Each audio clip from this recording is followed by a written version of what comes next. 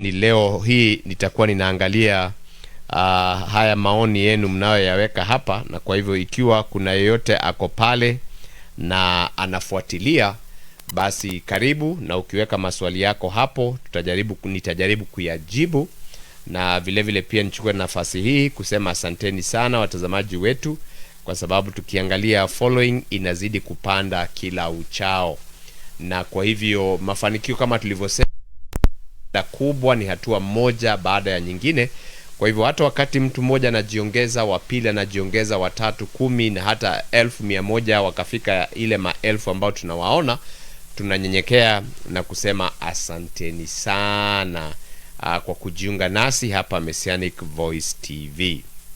Basi Baba wetu ishe juu mbinguni, jina lako tulitukuza, tukakukaribisha ukawa pamoja nasi, ukazungumza nasi kutumia kinywa changu, na ili Mfalme maono uliokuwa nayo tukahakikisha kwamba tumeyatekeleza.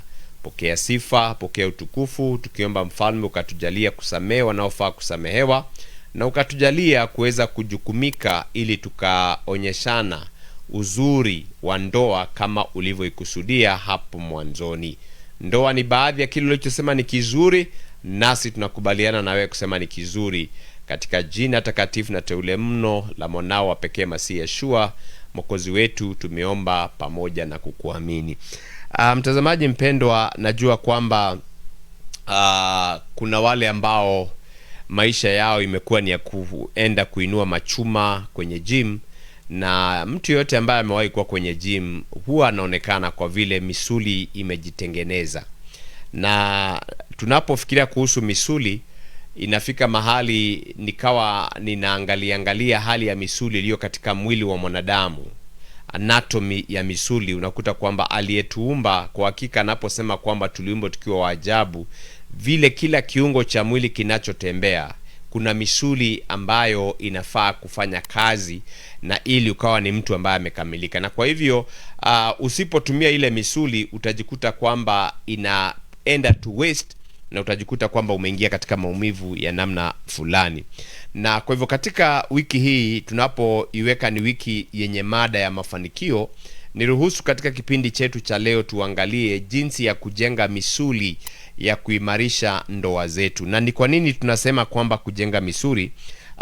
Hapa katika kituo cha Messianic Voice TV tumeegemea sana katika mawazo ya Yawe, na kwa hivyo ni vigumu sana kipindi chochote kikapita bila kuangalia neno linavyosema. Nitakutuma katika kitabu cha Wafilipi 2 mstari wa 12. Wafilipi 2 mstari wa 12 ambayo inasema tutimize wokovu wenu wenyewe kwa hofu na kwa kutetemeka. Work on your own salvation. Wewe mwenyewe utaifanyia ile wokovu kazi. Ukishaokoka ujue kwamba wokovu tunasema ni bure, lakini sio bure. Kuna yule aligaramika ili ukaweza kununuliwa. Vivyo hivyo pia katika ndoa, unavyofanya kazi kuhakikisha kwamba wokovu wako unahudumisha, maana ibilisi anang'ang'ana aharibu ndoa zetu, na vile vile pia anang'ang'ana afanye kwamba watu wakaweza kurudi nyuma. Kwa hivyo ni mambo gani ambayo inaweza ikawa ni kana kwamba ni mazoezi ya kujenga ndoa yako? Jambo la kwanza ni kujaribu kutengeneza mahusiano yako na yeye aliyetengeneza ndoa. Unakumbuka pale ambapo methali Mathayo injili inasema kwamba Yohana 6:33 kwamba tafuteni kwanza ufalme wa mbinguni na haki yake. Kwa hivyo ndoa vile vile ina haki zake, na ukijua kwamba unajenga ndoa kulingana na mchoraji wa ile ndoa, utatafuta mahusiano mazuri na yeye, ili kwamba ikifika mahali katika hatua zako za kufanya mazoezi kwa kuta kwamba hauelewi ama ufanyi vile inavyofaa, kama vile kwenye gym kuna yule instructor anakusaidia ni jinsi gani unaweza kufanya mazoezi, hivyo hivyo lazima na wewe mazoezi ambayo unahitaji ni kuwa unaomba ukamuuliza Baba, hii ndoa itaendelea vipi? Umesema kwamba urithi na utajiri unatoka kwa wazazi, lakini mke mwema anatoka kwako. Umenipa huyu, niishi naye vipi? Yule ambaye naye anakaribishwa katika kwa wanandoa anaanza kujiuliza, nitafanyaje ili nikapata mume ambaye ni mzuri? Yawe ndiye anayeweza kukuchagulia vizuri. Kwa nini? Methali 20:6 wewe inatuonya kasema kwamba mwanaume atakuja akuambia na uzuri wake, akupige mistari mizuri sana, lakini pale mstari wa 6 nauliza ni nani atakaye kuwa mwaminifu? Kwa hivyo utakuta kwamba ukipata mwanamume ambaye anamjua Yawe, ukipata mwanamke ambaye amemkaribia Yawe, basi ukiwa na uzoefu wa kuomba, basi misuli yako ya ndoa itaanza kuimarika. Na kwa hivyo fanya bidii ya kuomba, fanya bidii ya kusoma neno, na vile vile pia mshirikishe Yawe katika maamuzi yako yote ya familia. Ukifanya hivyo, misuli ya ndoa inaanza kuimarika. Natumai unanipatapata, na niangalie kama kuna wale ambao wamejiunga pamoja na mimi. Leo ni vizuri tukaweza kuwatambua ni nani ambaye ni mgeni wangu wa siku hii ya leo. Kwenye studio hapa nikiangalia. Asante sana kwa yule ambaye amebonyeza kidole chake cha upendo. Nashukuru sana, na nashukuru sana kwa wale vile vile pia wameweza kushare that link tunapoendelea kufanya mazoezi ya kujenga misuli ya ndoa kwa wale wote ambao ni wanandoa. Jambo lingine ambalo unaweza ukafanya ili kuimarisha ndoa yako, ni fanya kazi katika hali ya mawasiliano. Mtazamaji mpendwa, watu huongea lakini huenda ikawa wanaongea lakini hawasiliani. Ni kwa sababu unaongea, unayemwongelesha hakuelewi. Unaongeleshwa na kile ambacho unachokisikiliza unasikia kana kwamba ni ukweli. Kwa hivyo mawasiliano mazuri tunasema mara nyingi ndio backbone ya uhusiano wa ndoa na uhusiano mwingine wowote.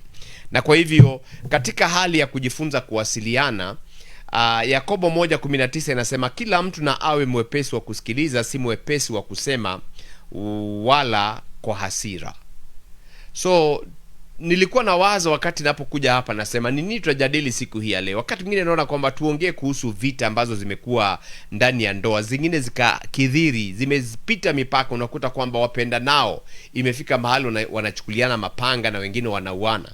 Wapenda nao hasira zinazidi, mmoja anachukua kamba anajipiga kitanzi, anajinyonga.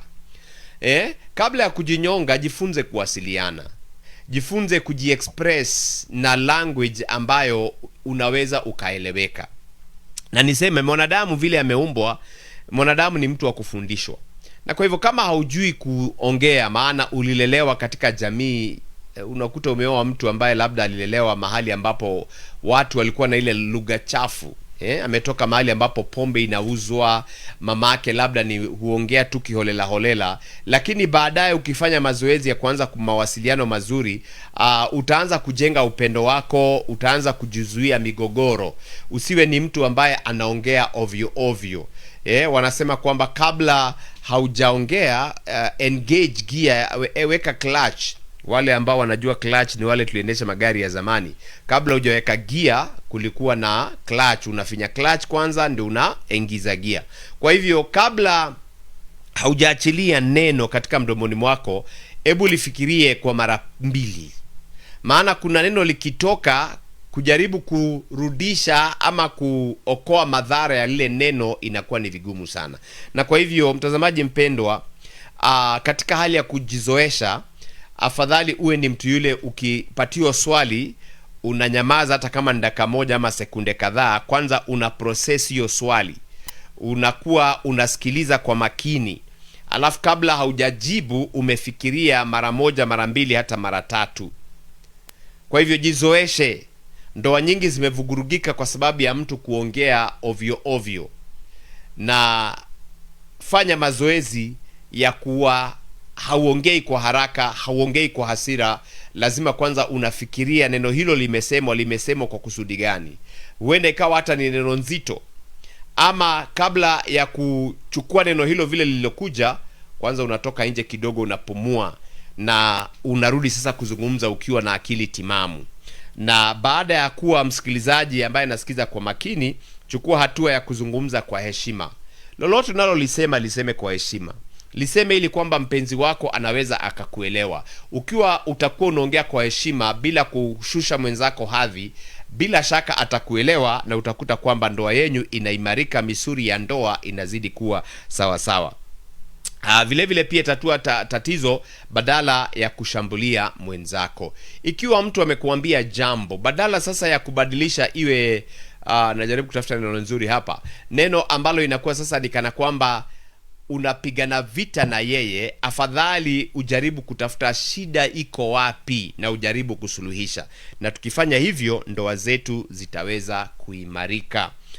Kwa mara nyingine tena tunarudi pale pale kwa wale watazamaji wetu, na kunaona kwamba kuna watu wamejimwaya mwaya. Ni vizuri ukanisalimia na hata ukaandika unatuona ukiwa wapi, na hata kama una hadithi yako mwenyewe ni vizuri tukaweza kusikia.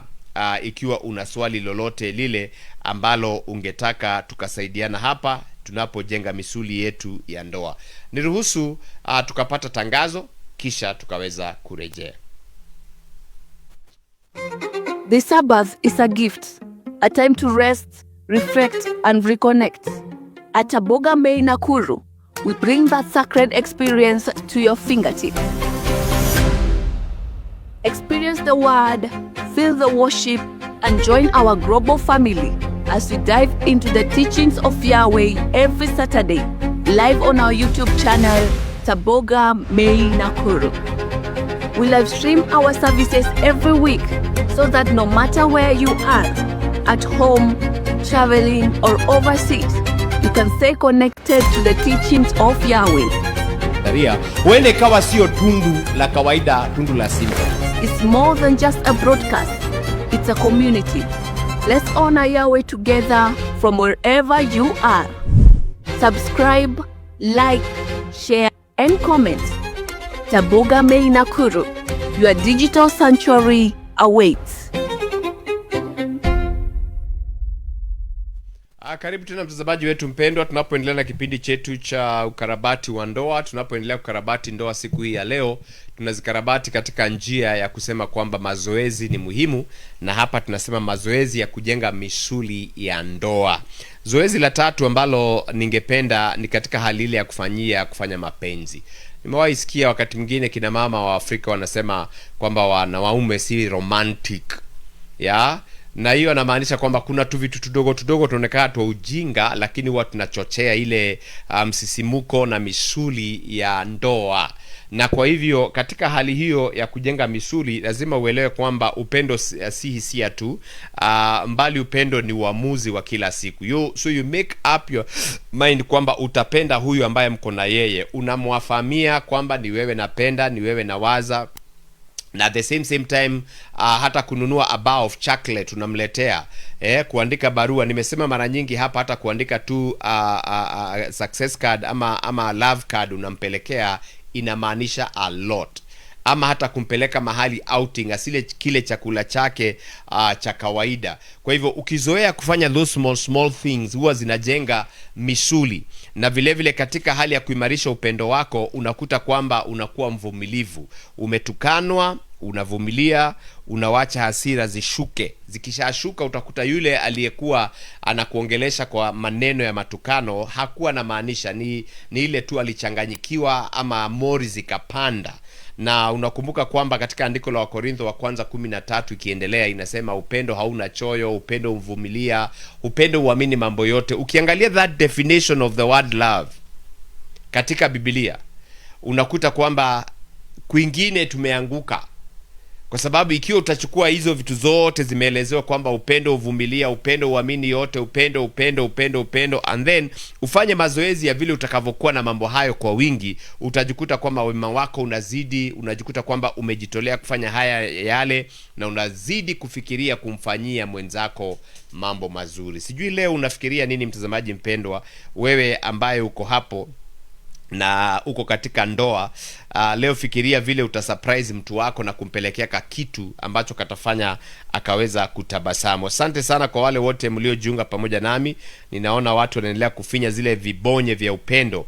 Hiki ni kipindi cha upendo, na ni asante sana kwa wale wote wanaonitazama popote pale ulipo.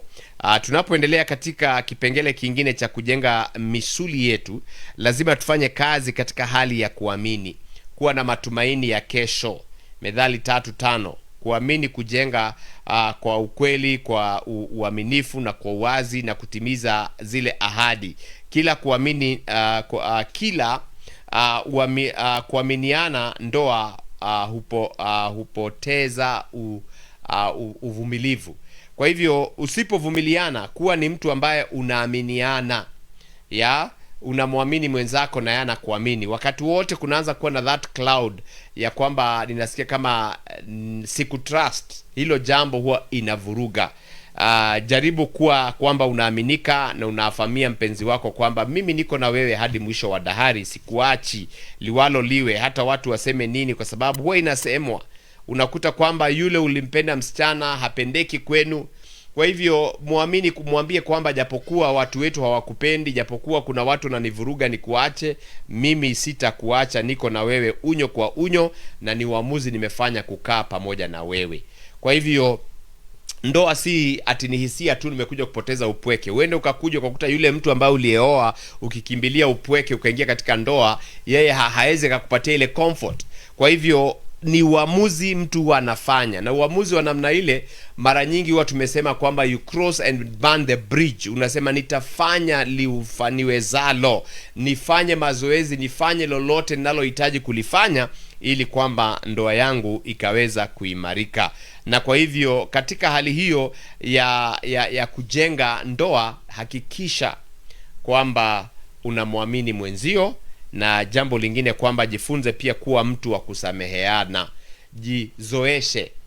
Kuna hadithi moja nilisikia kwa wale waliotutangulia hapo awali kwamba kuna jamaa mmoja alikuwa ameoa, lakini yule bibi yake alikuwa anamkosea mara nyingi, paka hata watu wakiangalia wanasema kweli wewe umekosewa.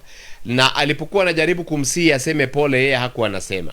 Sasa yule mume alikuwa anasema, nimejiambia pole kwa niaba yako, yani wewe umenikosea, lakini kwa sababu hutaki kusema sorry, nitajiambia sorry mwenyewe. Na hivyo basi unakuta kwamba wewe umejifunza kusameheana, umejifunza kujiponya majeraha yale ambao umeumia katika ndoa, kwa sababu kweli mambo ni kwamba ndani ya ndoa kama vile wanavyosema kwamba it's a bed of roses. Unaona ule yale maua ya roses yanachanua, yana maua mazuri sana, yanapendeza, lakini ukienda kuchuna ile ua ama yale maua bila kuwa mwangalifu, ile maua inakuwaga na mwiba ambao umejificha. Na kwa hivyo jifunze wakati ambapo katika ndoa ukagwaruzwa, katika ndoa ukipitapita ukakanyangwa mahali hukustahili kukanyangwa, jifunze kusamehea huyo mtu. Usitumie maneno machungu ya kusema nikana kwamba hauna macho, na bila shaka unaona yeye yako na macho. Kwa hivyo utakuta kwamba zile jeraha zitaanza kupona. Wewe ambao ulikuwa umekosa amani inaanza kupona. Na vile vile pia ukawa ni mtu wa kiasi, ni kwa sababu usipokuwa mtu wa kiasi, ruhusu hasira zikupande, utajikuta wewe hakuna. Kwa hivyo tunaendelea kujifunza hali ya kuhakikisha kwamba ndoa zetu zinaendelea kuimarika. Kipengele cha 6 nataka nikufahamishe kwamba fikiria kuwa na ule umoja, wawili kuwa mwili mmoja. Jitahidi kufanya maamuzi kwa pamoja. Mnakaa chini, mnajadili, alafu mnasema jambo hili tutalifanya ama hatutalifanya. Japokuwa katika jambo hili vile vile pia huwa kunakuwa na shida. Unakuta tukileta mambo katika bunge, unakuta kuwafikiana katika jambo huwa linaleta shida. Ama wakati mwingine kile unataka kufanya ni kizuri, yule anakataa, kwa sababu si watu wote ambao wameoana wote wako katika mawazo mamoja, katika hali ya kuprocess, kuelewa, na hapa huwa inakuwa na shida. Lakini katika hali ya kufanya mazoezi, mnaanza kujifunza kufanya maamuzi madogo madogo, ama kama nilivyotangulia kusema pale, kuwa na mawasiliano mazuri. Utaanza kujifunza kuongea mpaka akuelewe, na kisha kuelewa na umweke agenda kwenye mezani, mtajikuta kwamba ile agenda inapita na 100% vote. Ni kwa sababu mnafanya kazi kwa pamoja. Vile vile pia kujenga misuli, unakuta kwamba mnashirikiana katika kufanya kazi. Hapo pia kuna changamoto kwa wanandoa. Si wengi huweza kufanya kazi pamoja na wake zao, ni wachache mno. Lakini inafaa kwamba mkasaidiana kule nyumbani, na ili ndoa ikaweza kuimarika. Na vile vile pia katika hali hii ya kutafuta umoja, unakuta kwamba mnaweka malengo pamoja. Maana pasipokuwa na malengo, mnaweza kuwa mnazambaratisha pesa zenyu, kama vile tunasema thin, huyu anapeleka huku, huyu anapeleka kule. Lakini pesa zilizokwenda huku na zilizokwenda huku kama zingekuja pamoja, ungekuta kwamba mtafanya mambo mazito. bila shaka naangalia muda, nimeanza sasa hivi, lakini huenda ikawa nitakomea haraka haraka, kwa sababu kipindi hiki mara kwa mara tunaleta mgeni, na unajua pakiwa na mgeni mawasiliano ni wawili watatu, na unakuta kwamba muda unayoyoma, na tunagawana lisaa lile limoja kwa uzuri. Na kwa sababu mambo ni mengi na kipindi ni cha kila wiki, niruhusu nimalize na namba 7 katika ukamilifu wa namba 7 katika Biblia, na mfanye kazi na misuli ya kujenga fedha kwa pamoja. Muwe na nia ya kujaribu ku bring your resources together. Ni kwa sababu ikiwa mtakuwa mmegawanyika, hamna nidhamu ya vile mnavyotumia. Mume ni mzuri sana kwa kutoa, lakini akiachia mwanamke yeye ni wa kukula mapochopocho, unakuta zile pesa zimezambaratika. Vivyo hivyo pia inaweza kuwa upande ule mwingine, mama ni mtu wa kupanga, lakini mzee ni mtu wa kutapanya ovyo ovyo. Lakini mnakapofanya mazoezi, mnajikuta kwamba mnakaa chini na mnaweka fedha zenyu kwa pamoja, mnajenga agenda moja, mtakuta kwamba nyinyi mnajenga na wala si kubomoa. Wanandoa wanapaswa kupanga bajeti kwa pamoja. Wanandoa wanafaa kutumia pesa zao kwa hekima, both sides, ili mmoja asije kwamba niye anayefanya kazi, mwingine hafanyi kazi, na huyu hafanyi kazi, kazi yake ni kukula, kuharibu na kupeleka vitu pande huu ama kutapanya ovyo ovyo. Na vile vile pia nimewahi kusikia watu ambao karibu ndoa ivunjike. Kwa nini? Mke alienda akakopa pesa, hakumwambia mume wake, ama mume amekopa pesa. Unakuta kwamba vitu vizuri ambavyo vilikuwa ndani ya nyumba, bibi alikuwa anavipenda, siku moja mlango unagongwa papa, vitu vyote vimebebwa. Yule mama hana raha kutoka hapo, na ndoa nyingi zimewahi kuvunjika kwa sababu ya madeni. Na no wonder unakuta kwamba labda hata mke ama mume aliforge signature.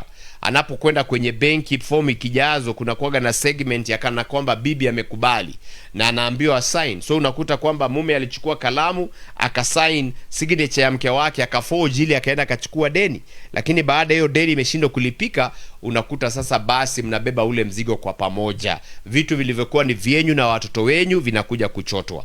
Ombi langu ni kwamba tuwe na hekima ya kutumia pesa zetu vizuri, na vile vile pia tuepuke madeni ambayo sio mazuri. Maana katika hali ya elimu ya kifedha tunasema kuna deni nzuri na kuna deni mbaya. Lakini ikiwa unakopa deni ulipe deni nyingine, brother, hautatoboa hii maisha. Maana yule wa kwanza umemfanyia kazi ukamlipa interest yake, alafu kidogo kidogo tena, kabla hata we mwenyewe hujafainika, umekopa pesa pande hii ukalipa yule mwingine.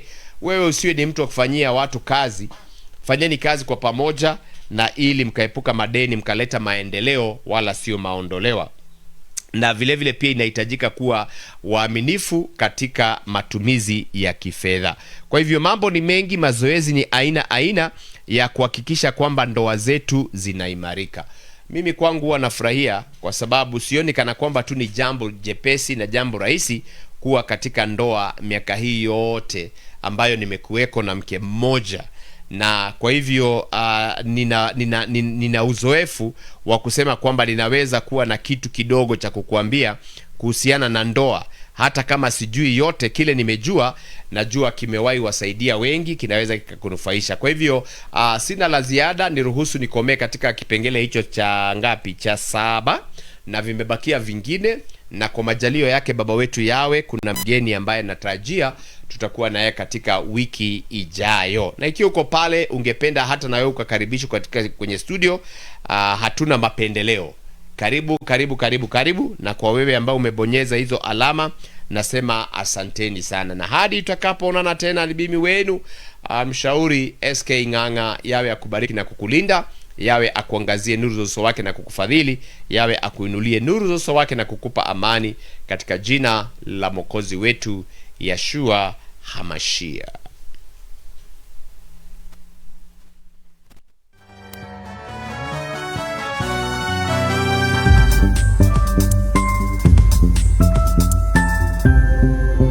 Messianic Voice TV, broadcasting grace and truth.